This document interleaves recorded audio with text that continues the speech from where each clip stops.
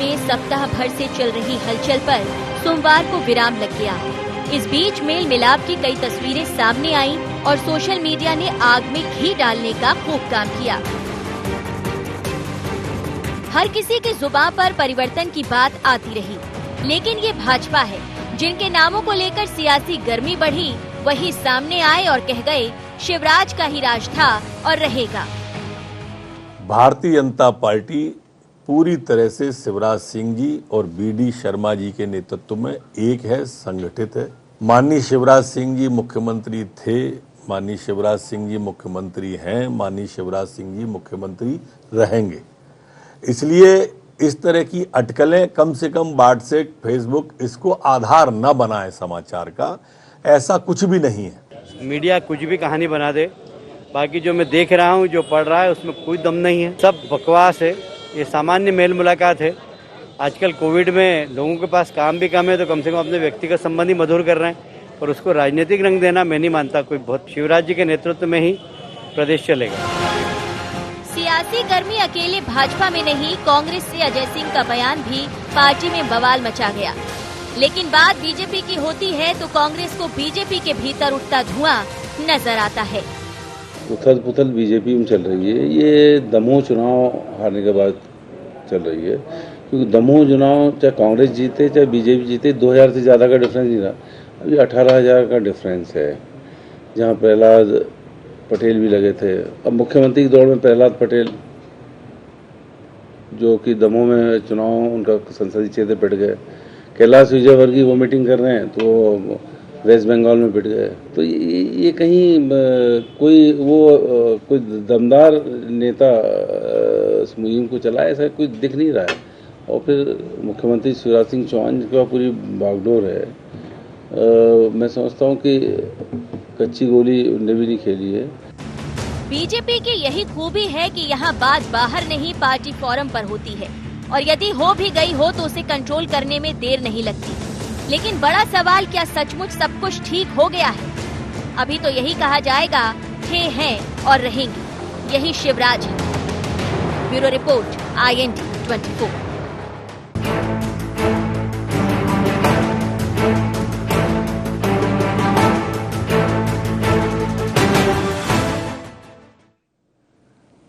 नमस्कार, IND agenda थे, हैं और रहेंगे मैं आपका स्वागत है। मैं हूं आपके साथ नवीन पुरोहित। चर्चा को विस्तार देंगे उसके पहले IND एजेंडा के मुख्य बिंदुओं की तरफ एक निगाह डालते हैं। क्या महज मुलाकातें बनी सियासी हलचल की वजह? क्या नेतृत्व परिवर्तन की अटकलों पर बयानों के बाद लगा विराम? क्या सोशल मीडिया की खबरों से बड़ी भारतीय जनता पार्टी की टेंशन? क्या अटकलों पर विराम के बाद कांग्रेस के हाथ फिर खाली? नमस्कार, इन्हीं सवालों के साथ चर्चा में आप सबका पुनः स्वागत है। मध्य प्रदेश में पिछले 1 हफ्तों से राजनेताओं का आपस में मिलना जुलना इस प्रकार से निरूपित किया जा रहा था, इस प्रकार से उसको बताया जा रहा था कि ये मेल मुलाकातें सामान्य नहीं हैं, बल्कि शिवराज सिंह जी के खिलाफ एक लॉबिंग हो रही है। और फिर सोशल मीडिया पर तमाम खबरों का दौर शुरू हो गया, ब्रेकिंग न्यूज़ के दौर शुरू हो गए, बिग ब्रेकिंग के दौर शुरू हो गए कि बहुत जल्दी परिवर्तन हो सकता है। ज्योतिरादित्य सिंधिया जी को विदेश से बुलाया गया है, शिवराज जी को दिल्ली तलब किया गया है, और कोई भी एक नया चेहरा CM हो सकता है। लेकिन आज सुबह यानी सोमवार की सुबह मध्य प्रदेश के इस राजनीतिक कुहासे के लिए मील का पत्थर साबित हुई। मध्य प्रदेश सरकार के प्रवक्ता डॉक्टर नरोत्तम मिश्रा ने कहा, और बहुत ही शिद्दत और बहुत ही वजनदारी के साथ कहा कि शिवराज जी हमारे नेता हैं, शिवराज जी मुख्यमंत्री हैं, शिवराज जी मुख्यमंत्री थे, शिवराज जी मुख्यमंत्री रहेंगे पे बहुत गंभीरता से उन्होंने जोर दिया। और उन्होंने यह भी कहा कि भारतीय जनता पार्टी का नेतृत्व शिवराज सिंह चौहान जी और BD शर्मा जी के साथ पूरी तरह से संगठित है। वहीं कैलाश विजयवर्गीय जी राष्ट्रीय महासचिव हैं, उन्होंने भी इस भारतीय जनता पार्टी के इस पूरे वार्तालाप पर, भारतीय जनता पार्टी के इस परिदृश्य पर जिस प्रकार की सोशल मीडिया पर खबरें आ रही थीं, उन्होंने कहा कि ये पूरी तरह से बकवास है और इसका कोई इसमें दम नहीं है, ऐसा उन्होंने कहा अपने चिरपरिचित अंदाज में। कुल मिलाकर जो भी गहमा गहमी हो, कांग्रेस बहुत गंभीरता से इस पूरे घटनाक्रम पर नज़र रखे हुए थी कि कहीं कुछ हो, कोई उथल पुथल हो तो फिर उसको अपना राजनीतिक दांव चलने का मौका मिले, लेकिन भारतीय जनता पार्टी ने ऐसा कोई मौका कांग्रेस को दिया नहीं। हालांकि अभी कांग्रेस कुछ दिन पहले खुद ही सेल्फ गोल करे बैठी है। कमलनाथ जी के विंध्य दौरे के बाद विंध्य के बड़े नेता, पूर्व नेता प्रतिपक्ष रह चुके हैं अजय सिंह राहुल भैया ने कहा कि विंध्य को दोष न दें, कमलनाथ जी के अकुशल प्रबंधन के कारण या कमलनाथ जी की कार्यशैली के कारण ही सरकार गई है। तो इस प्रकार की बातों से भारतीय जनता पार्टी को बहुत बल मिला है और कांग्रेस और भारतीय जनता पार्टी में यही एक अंतर है। भारतीय जनता पार्टी का क्या कलह है, क्या आक्रोश है, क्या मनमुटाव है, उसको पार्टी फोरम पर शॉर्ट आउट कर लिया जाता है, उसका निराकरण हो जाता है। जबकि कांग्रेस की जो खुन्नस है, कांग्रेस की जो आपस में द्वंद्व है, वो पब्लिक प्लेटफॉर्म्स पर आ जाते हैं। तो शिवराज जी के लिए फिलहाल स्पष्ट हो गया है कि थे, हैं और रहेंगे। इसी मुद्दे पर करेंगे चर्चा। रंजन श्रीवास्तव साहब वरिष्ठ पत्रकार हमारे साथ हैं, अवनीश बुंदेला जी कांग्रेस के युवा प्रवक्ता, तेज तर्रार प्रवक्ता हमारे साथ हैं, शंकरलाल तिवारी जी पूर्व विधायक भारतीय जनता पार्टी से हमारे साथ हैं। आप समस्त महानुभावों का बहुत बहुत स्वागत है। सीधा सवाल, ये तो वैसा ही हो गया, जय जय शिव शंकर, कांटा लगे ना कंकर और प्याला फिर से शिव के नाम का पिया, कोई दिक्कत ही नहीं है, थे, हैं और रहेंगे। शंकरलाल जी, कोई संशय नहीं है? संशय पहले भी नहीं था भाई साहब, और अब ये है कि आजकल सोशल मीडिया जो है ना, और कुछ फुर्सत बैठे लोग अभी तक कोरोना में ट्वीट खिलवा रहे थे, इधर उधर से खुद भी खेल रहे थे। अब कोरोना डाउन हुआ तो कहीं न कहीं सिगुफों का बाजार, मुगालतेबाजी की राजनीति, अपने आप को भी धोखा दे करके खुश होने की राजनीति, ये चली। और एकदम से, जबकि संघ परंपरा है बीजेपी की, आप बहुत दिन से जानते हैं, बहुत वरिष्ठ है, कि बीजेपी के नेता एक दूसरे से मिलते हैं, बैठते हैं, भोजन करते हैं और दूसरी पार्टी के भी मिलते जुलते हैं। पर जब ये मिलते हैं तो पुराने दोस्ताने के लहजे में मिलते हैं, और इस बीच में अगर संगठन की, सरकार की कोई बातें हैं तो वो भी आपस में करते हैं। और इस नाते न पहले कुछ था, है जाने क्या ढूंढते हैं वो मेरी आंखों में। पुरोहित जी, आपको ये आपके चरणों में है, जाने क्या ढूंढते हैं वो मेरी आंखों में, राख का ढेर है 16 इन्हें चिंगारी है। कांग्रेस की हालत ये है कि उनकी आंखों में पता नहीं क्या ढूंढ रहे हैं। अब वो कैलाश विजयवर्गीय मिलने चले गए नरोत्तम जी से, तो लीजिए साहब, उनके लिए लगा कि अब बस बिल्ली के भाग से छीका फूटा, और अखबार में कहने लगे। अभी मैं पीसी शर्मा साहब को सुन रहा था, वो कह रहे थे कि दमोह हार गए, बंगाल हार गए। अरे बंगाल में आप लड़ाई के बाहर हो गए, इसकी चर्चा नहीं है। अभी आपने खुद ही कहा कि कमलनाथ जी, मुझे लगता है कि 2 साल बाद या 1.5-2 साल बाद मुख्यमंत्री पद से हटने के बाद पहली बार विंध्य क्षेत्र के एक कोने में आए, जहां मेरी माँ का मंदिर है, शारदा मैया का मैहर। विंध्य क्षेत्र तो सिंगरौली की सुदूर तक है, इधर शहडोल और विंध्याचल की पहाड़ियां मंडला तक है, पर आज तक वहां कभी नहीं गए। अभी वो मैहर दर्शन करने आए। उनने ये भी बड़ी विनम्रता से कहा कि भैया हम तो धार्मिक यात्रा में आए हैं, हमारा कुछ नहीं है। और भले वो उपचुनाव की दृष्टि से आए हों, भले वो यहाँ राजनीति टटोलने आए हों, क्योंकि पिछली बार कांग्रेस ने जिसको टिकट दिया था, आदरणीय श्रीकांत चतुर्वेदी कांग्रेस के बड़े नेता रहे हैं, अभी 18 का चुनाव लड़े थे और कुछ वोटों से हार गए थे। वो आज भारतीय जनता पार्टी में शामिल हो गए, और इसलिए कांग्रेस मैहर में भी शून्य की स्थिति में है, और उसके पास जो कैंडिडेट था वो बीजेपी में चला आया है।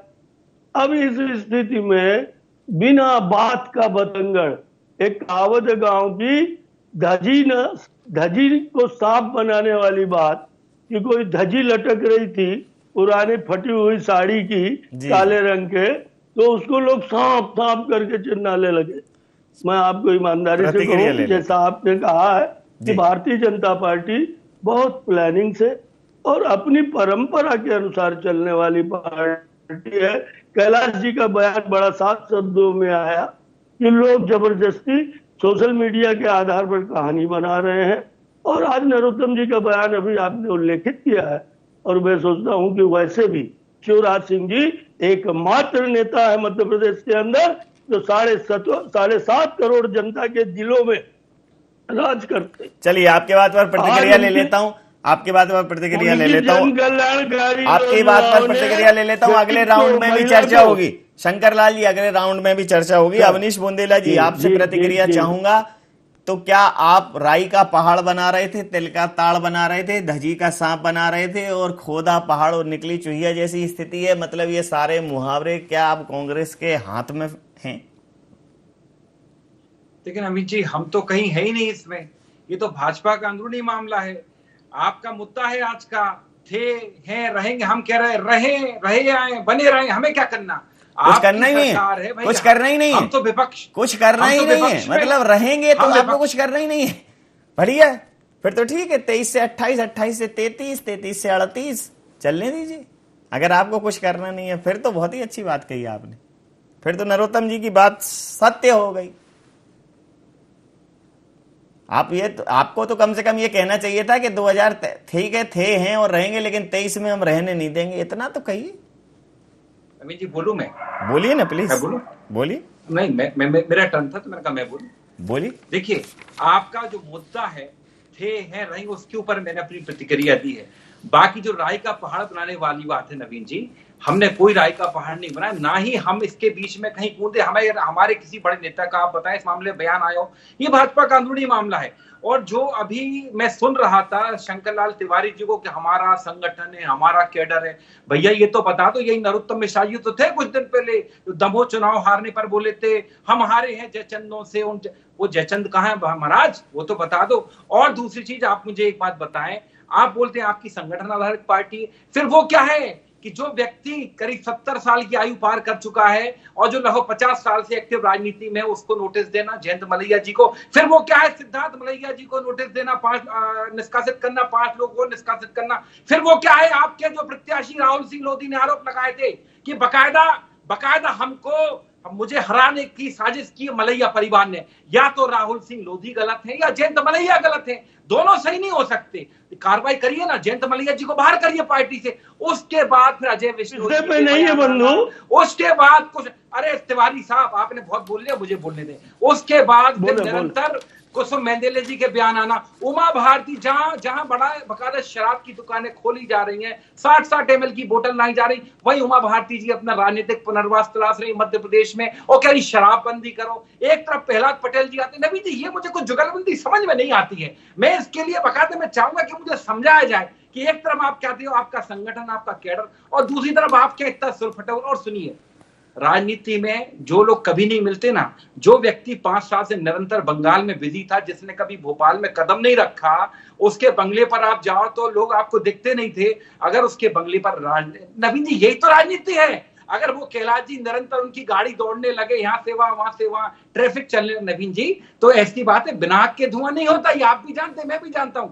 नरोत्तम मिश्रा जी ने किस भारी मन से कहा, ये क्या मुझे पता नहीं है कि आपको पता नहीं नवीन जी कि थे हैं रहेंगे? अरे साहब, हम ये कह रहे हैं आपकी पार्टी का अंदरूनी मामला है, कृपया हमको इस डायटी पॉलिटिक्स में ना डालें। हमने देखिए, हम ये मानते नहीं, लेकिन आपने जो जिस उसमें कहा कि रहेंगे तो बने रहे, अपने कोई कष्ट नहीं है, मेरे कोई कष्ट नहीं है कांग्रेस को।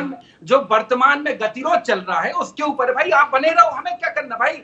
हमको जनता ने बकायदा जनादेश दिया था, आपने जनादेश को लूट लिया और आपने सरकार बना ली, चिंता मत करिए।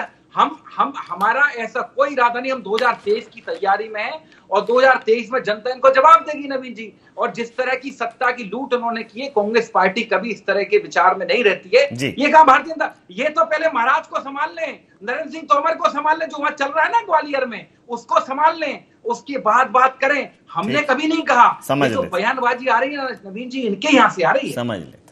समझ लेते रंजन जी, अब जो भी कांग्रेस करेगी 3, 13, 23, वो तो 23 के इलेक्शन में ही करेगी। जो अवनीश जी का कहना था कि बने रहें तब तक हमें क्या है, तब तक मतलब कांग्रेस कुछ ऐसा उठापटक करने के मूड में नहीं है, न वो कोई आपसी कलह में संभावना तलाश रही है। लेकिन जिस प्रकार की कुछ 5-6 दिनों से परिस्थितियां बनी थी, जिस प्रकार का एक वातावरण बन रहा था, कुहासा छाया हुआ था, आज मुझे लगता है कि उसका किसी एक दृष्टिकोण से तो पटाक्षेप हो गया है।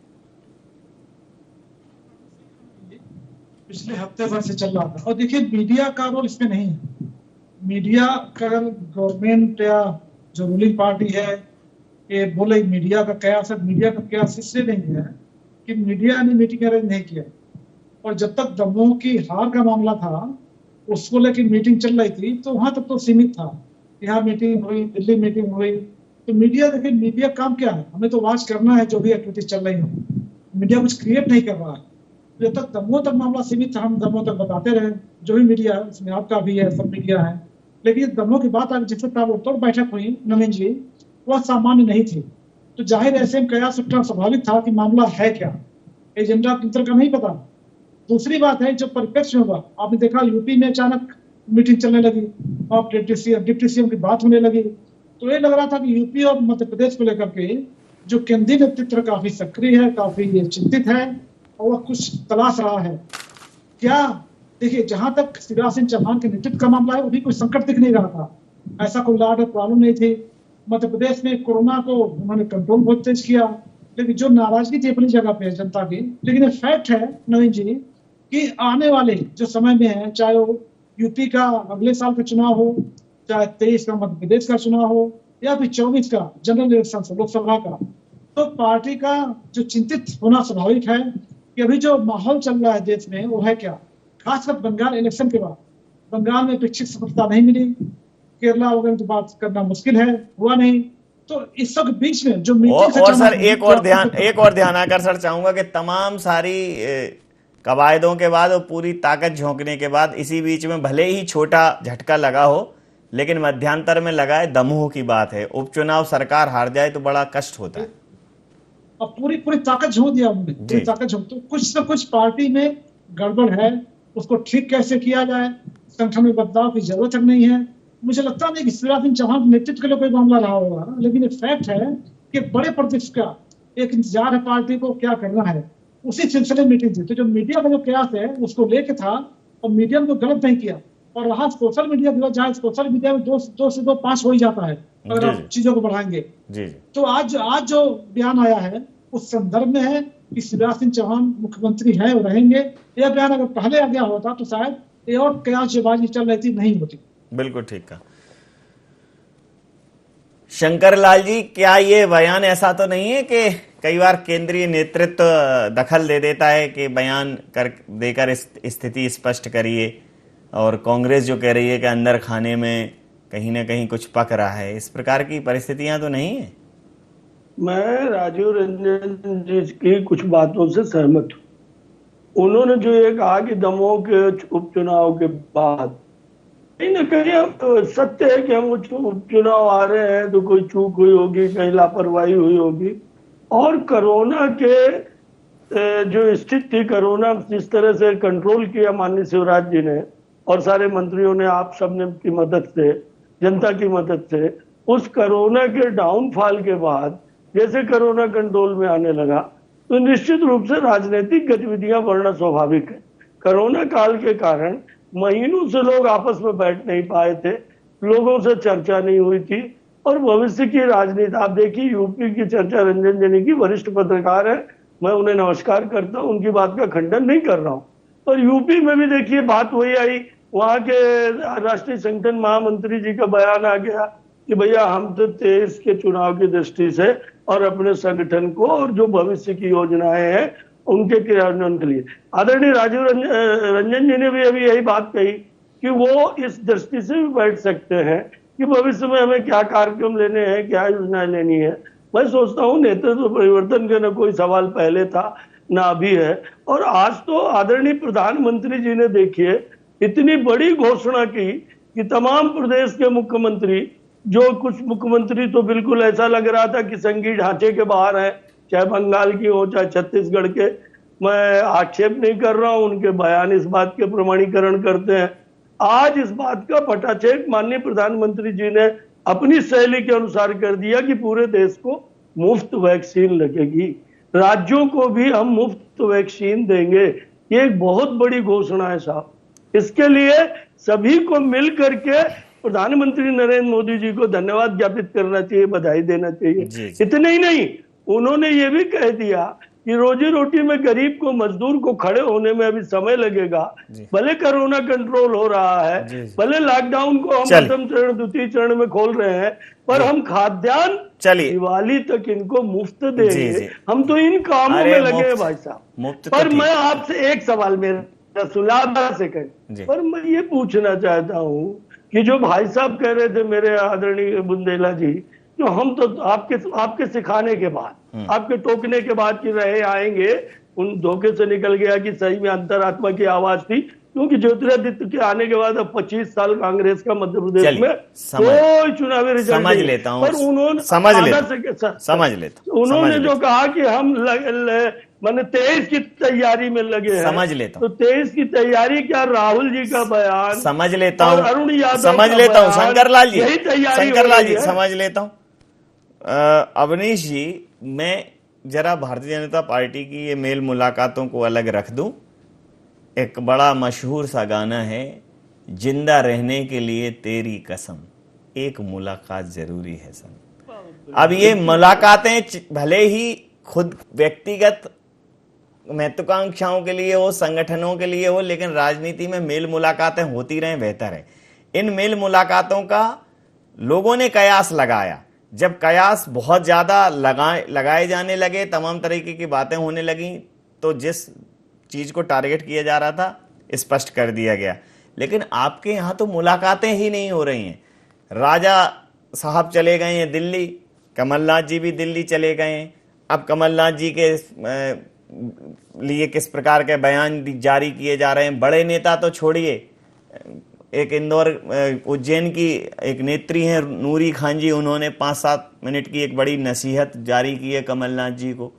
फिर अजय सिंह जी, राहुल भैया ने जो कहा, तो जिस प्रकार से कमलनाथ जी के फेवर में उन्होंने जारी की है नूरी खान जी ने और सज्जन सिंह वर्मा जी ने, फिर अजय सिंह जी ने, तो आप लोग तो साथ बैठ ही नहीं रहे हो, आप लोग तो साथ आ ही नहीं रहे हो। आप तो जिस प्रकार की चीजें चल रही हैं, आप तो सामने ही नहीं आ रहे हो कि कम से कम चलो बैठो तो साथ में। लोग भले ही कहें कि मजबूरी में बैठे हैं, जाने किस वजह से बैठे हैं, लेकिन आप तो एक दूसरे पर दूर दूर से बॉम्बार्डिंग कर रहे हो। इस प्रकार की स्थितियां बन रही। देखिए नवीन जी, एक बात मैं आपको बताऊं, सबको मालूम है कि दिग्विजय सिंह जी की आयु 73 साल है और उनको कोरोना हुआ था।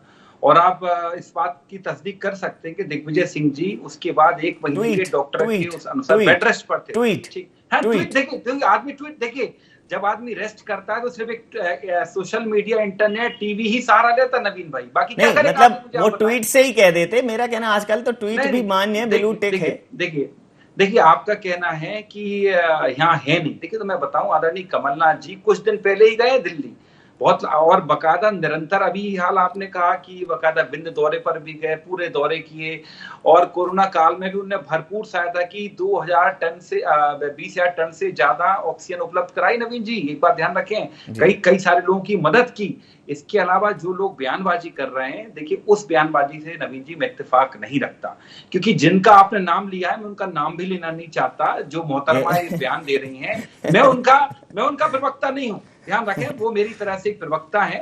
अगर वो अपनी बात रख रही पार्टी फोरम पर रखें। नहीं, आप इतना मत चिढ़िए, उनका नाम ले लीजिए, नाम लेने में कोई समस्या देखिए इस तरह के बयान की झड़ी भाजपा में निरंतर लगी रहती है नवीन जी। मैं गिनवाना चाहूंगा, भाजपा की तो ऐसे अपशब्द तक हो जाते हैं, नागनाथ, सांपनाथ, ठीक है, उमा भारती जी के बयानों को कौन भूल सकता है, आप यशवंत सिन्हा जी के बयानों को कोई भूल पाया, खैर वो छोड़िए, बयानबाजी छोड़िए, छोड़ देते। मैं सबसे बड़ी बात कहूंगा, तिवारी साहब जो अभी कह रहे थे कि हमारे प्रधानमंत्री जी ने फ्री वैक्सीन दे दी, हमारे प्रधानमंत्री जी ने कोरोना, जी ये बताएं मध्य प्रदेश में अगर 1.5 लाख लोगों की हत्या के बाद आप कह रहे हैं कि आपने कोरोना काबू में कर लिया, तो शर्मनाक बात कोई नहीं हो सकती।